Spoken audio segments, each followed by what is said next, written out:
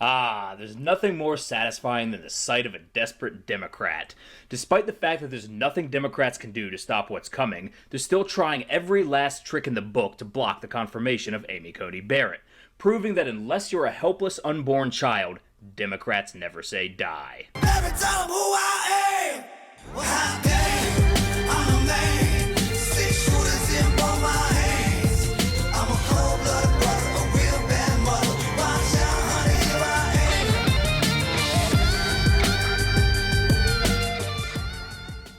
With the confirmation hearings for Amy Coney Barrett only 1 week away, the Democrats are doing everything that they can, running every little pitiful and meager excuse that they can come up with for why they shouldn't happen. So we have this here from the Daily Wire.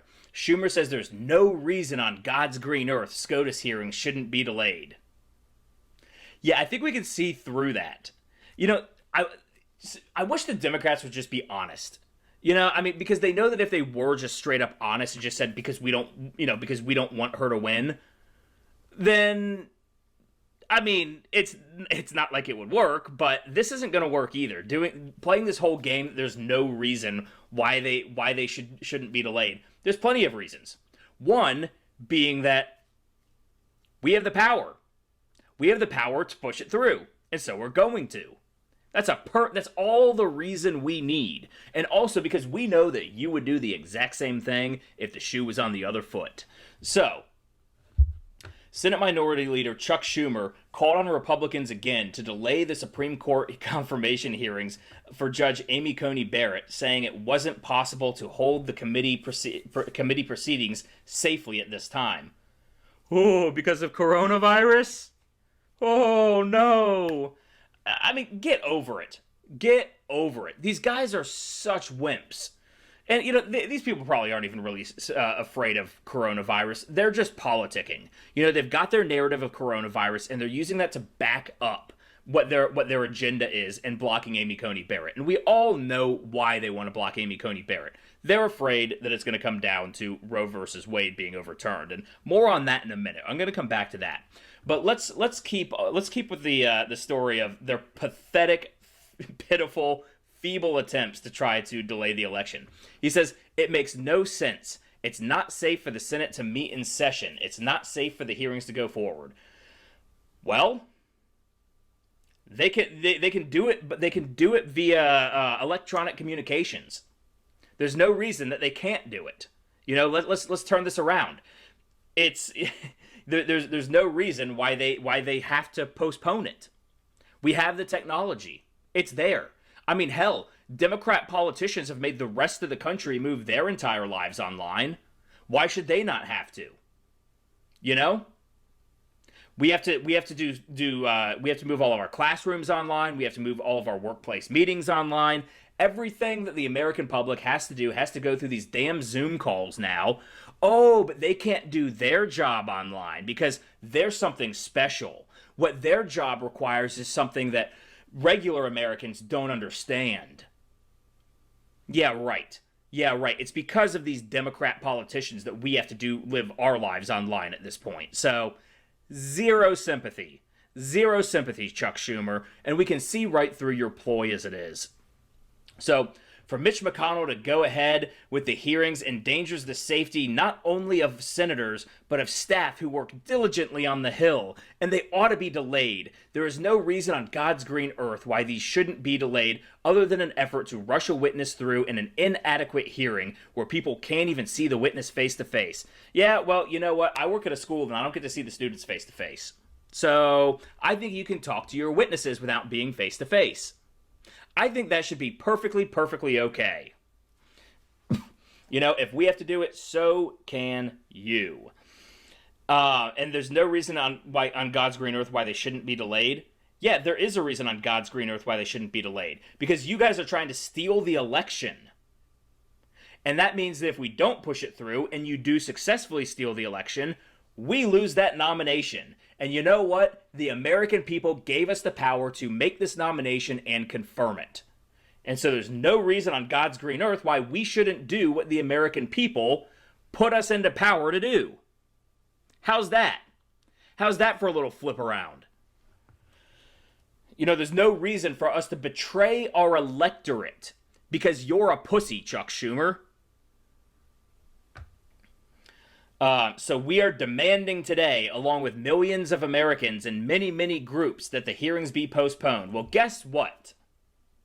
The Republicans are demanding today, along with millions of Americans and many, many groups, that the hearings move forward.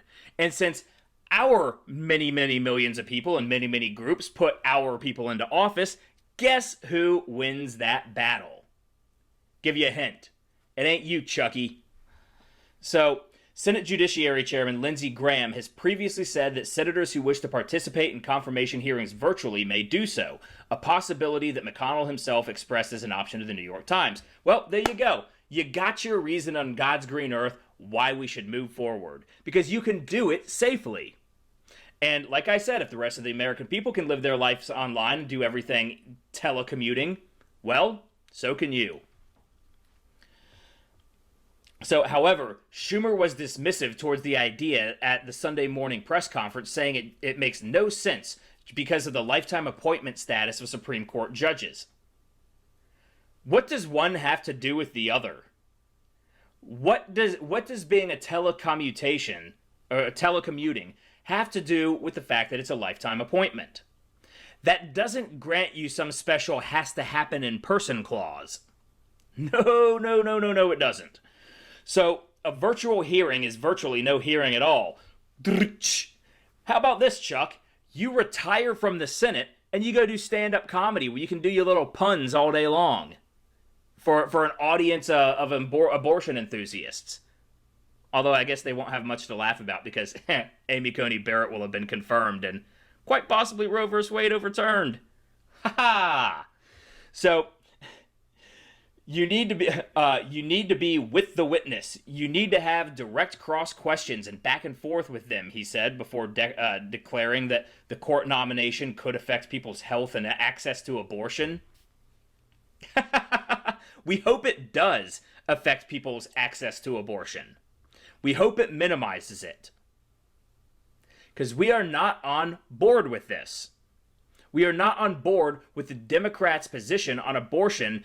The good old Ralph Northam, well, if he survives an abortion, we'll take care of him, and then, we'll talk to the mother and the doctor, and we'll decide what to do. If they decide, she decides she doesn't want the baby, we'll just take her pillow out from under the mother's head and put it on over the baby's head. Oh, Ralph Northam for you.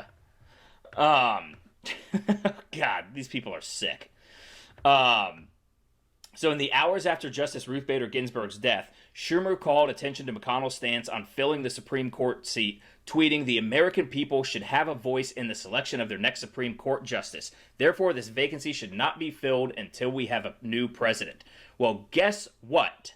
The American people did have a voice in the selection of the next Supreme Court justice because it happened within the terms of the people they elected. Just as Ruth Bader Ginsburg herself said, you're not elected for 3 years, you're elected for 4. And they have a duty to carry out the will of the people that put them into office until the day they leave office. So, they're doing their jobs. But we all know that this all comes down to abortion. And we have old Sleepy Creepy Joe here, this is from the Daily Mail. Joe Biden promises he will make Roe v. Wade the law of the land if Amy Coney Barrett gets confirmed and conservative SCOTUS overturns it in dramatic policy pledge. And, this all comes down... Well, let me get into this article, then I'll get what this all comes down to. Former Vice President Joe Biden vowed to enact legislation codifying Roe v. Wade if Republicans install Amy Coney Barrett to the Supreme Court and strike down the landmark law protecting abortion rights. Biden fielded questions about abortion rights Monday night at the NBC town hall from a young woman who called access to abortion and birth control imperative and wanted to know what his plans for protecting reproductive rights amid President Donald Trump's nomination of Amy Coney Barrett.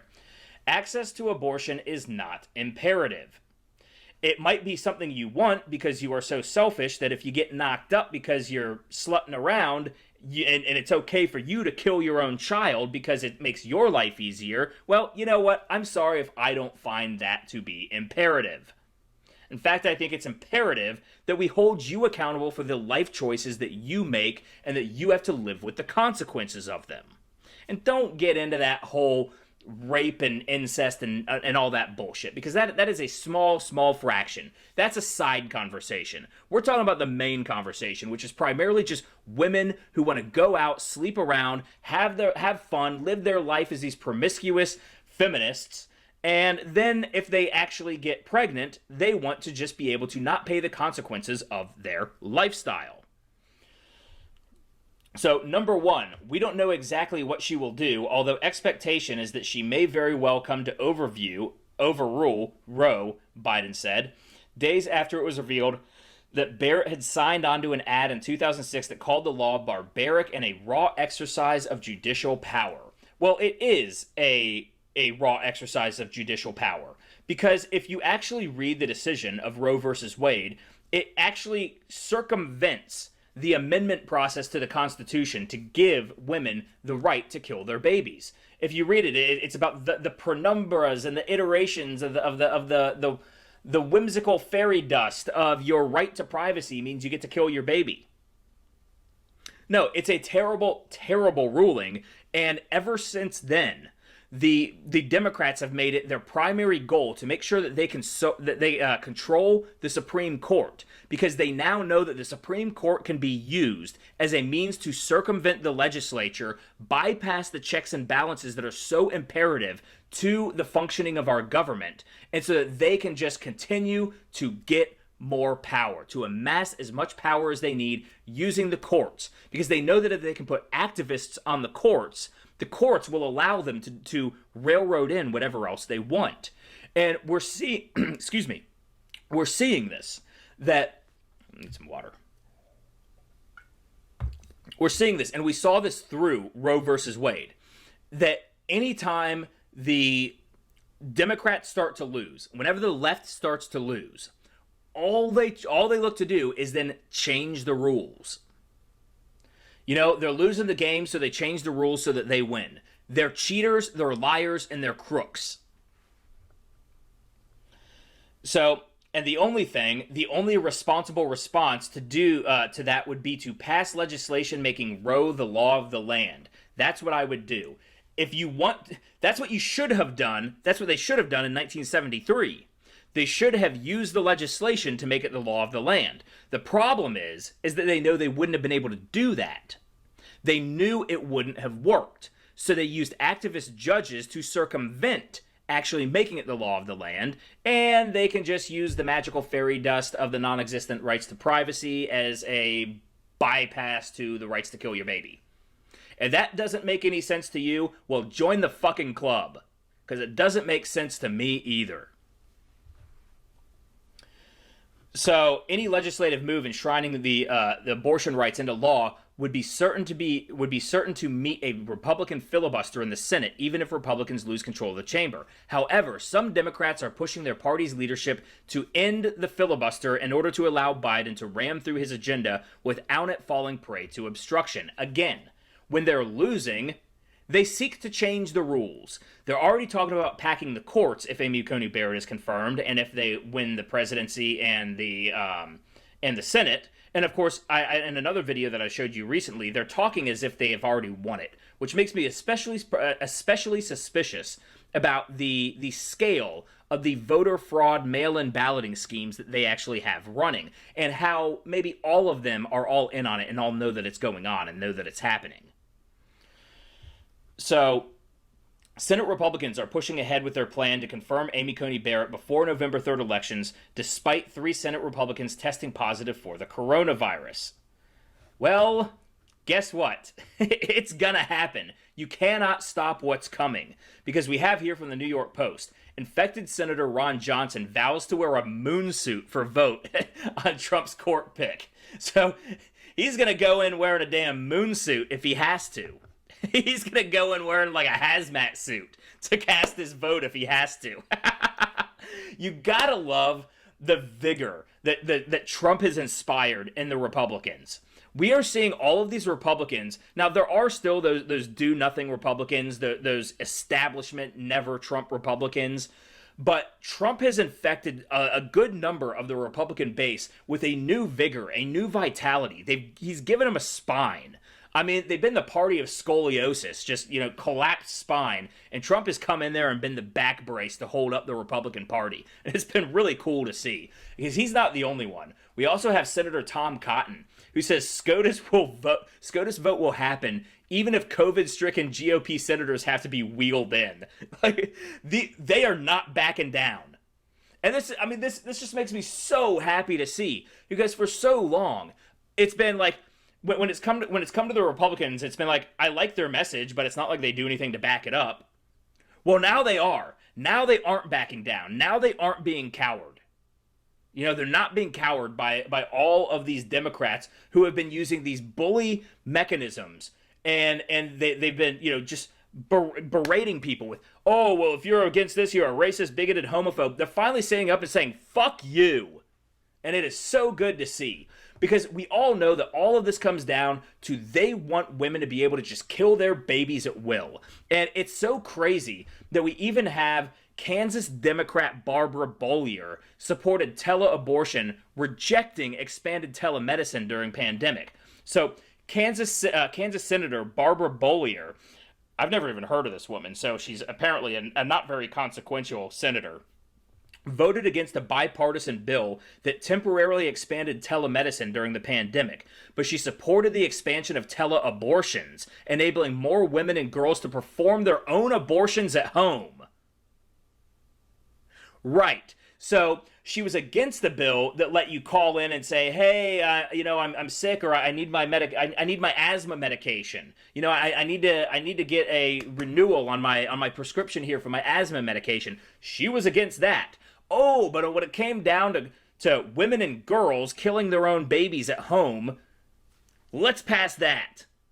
These people don't realize how far they have lost the plot when it comes to abortions. They think that all of America thinks that babies should just be this disposable inconvenience. That you get knocked up, you should just be able to go up there with a rusty coat hanger and get it out, even if it's born. Hell, according to Ralph Northam, it could be born and then you just take it out back and toss it in the dumpster. These people are disgusting, and they don't realize. We have here a CBS poll. 55% of Americans support restrictions or ban on abortion. America is not as into killing babies as Democrats seem to think they are. Ooh. Sorry, just swallowed down the wrong tube. Yeah, Americans are not as into killing babies as Democrats seem to think they are.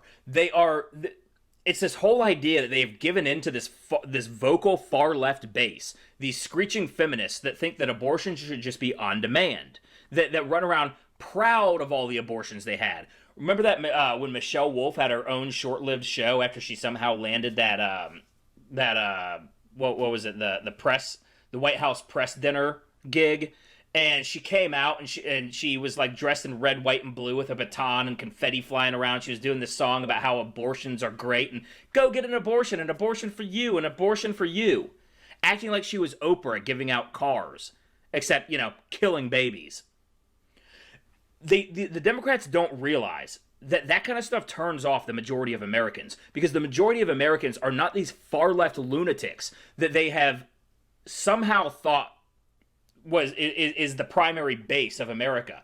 And I don't know whether it has to do, it trickles down from the media. The media lives their lives on Twitter, which has become just a left-wing echo chamber. They only talk to each other, and so they play this game of telephone where they just get more and more and more left as they disinform each other more and more. So that the information gets worse and worse, and they move further and further left. And then the press becomes just this loudspeaker for far left ideas and far left political positions. And the Democrats read this media and they think that represents the rest of the country. But it doesn't. It doesn't. In fact, support and trust for the media is in the absolute gutter. I think the media is now the least trusted institution in America. So it's absolutely hilarious that they have, in their stupidity, in their rush to chase the moment. Chase the moment. It's that whole idea that if you marry yourself to the zeitgeist, or what is it? Marry yourself to the spirit of the age, you find yourself a widow in the next. And they've married themselves to these fleeting, far left, just valueless ideas, and now they're married to them. They can't walk away from them. And it's been a rough road for us on the right, because we have had to actually deal with all the cancel culture. We've had to deal with the cultural blowback. We've had to deal with the fact that a lot of us feel like we can't actually voice our opinions in society. I can't go to work and talk like I talk to you guys here, because I'll be fired like that. So we've had to bear the brunt of it. But I think that they have overstepped their boundaries, and it might be one of those things, if it ends up really coming to bite them in the ass and they just get completely swept out of power, like on all levels, and we end up seeing like a Republican super majority through most of the country, the tides are going to turn on them so quickly. They are going to become the most irrelevant assholes in the entire world. So I'm looking forward to that day, and I really do hope it's coming. Maybe there's a little bit of wishful thinking peppered in there, but I do have a feeling that Republicans we're going to start seeing a massive increase of people who support the right. Because, for one, the right has become a much larger umbrella. You go and you try to talk to one of these crazy lunatic lefties, and they try to shut you down immediately. They won't even have the conversation with you. We even saw, I did that video about Ibram X. Kendi recently, and he was talking about how, you don't even argue with these people. Right, they won't debate us. They won't argue with us. They won't have the conversation with us. So you get these people who are not extremely far left, but have always been liberal, have always voted Democrat, that they want to kind of question some of the nuances of some of these ideas. Well, then they get called far right, and then they turn to the Republicans, and they see us over here waving flags, drinking beer, and say, hey, come on over here. We might disagree with you, but we'll have a conversation with you. We'll have a talk with you. I do hope that doesn't mean that the Republican Party lurches further left to accompany them too much. They're coming under our tent too. But there is this massive movement of the politically homeless, and they are being welcomed by the Republican Party. And the more they actually hear the Republican ideas without being tainted by the bile and the lies and the misconstruing of everything by the mainstream media, I think a lot of them are actually becoming less and less liberal. They're becoming less and less leftist. They're starting to question some of the premises that they initially that initially made them default Democrats. So it really is kind of a great awakening, and it is wonderful to see. So anyways, guys, I just talked for like warp speed without taking a breath, and so I think I just ran out of steam at the drop of a dime right there. So I'm gonna go ahead and call that the video. So go ahead and hit that like button if you haven't already, subscribe to the channel if you haven't already, and hit that notification bell, because even if you subscribe, YouTube likely won't let you know I put out a new video, because we all know it's voices like mine that are first to be taken out back and old yellered by the folks at Big Tech. Also, speaking of Big Tech, if you want to follow me on one of their platforms, I'm on Facebook, Twitter, Instagram, and Parler at Ram Thorburn. Also on mindsandpill.net if you're into some of the alt-tech sites. And if you are interested in contributing to the channel, there are links to my Subscribestar, Patreon, and PayPal down in the description below. Anyways, guys, I thank you very much for watching, and I hope you have a wonderful day.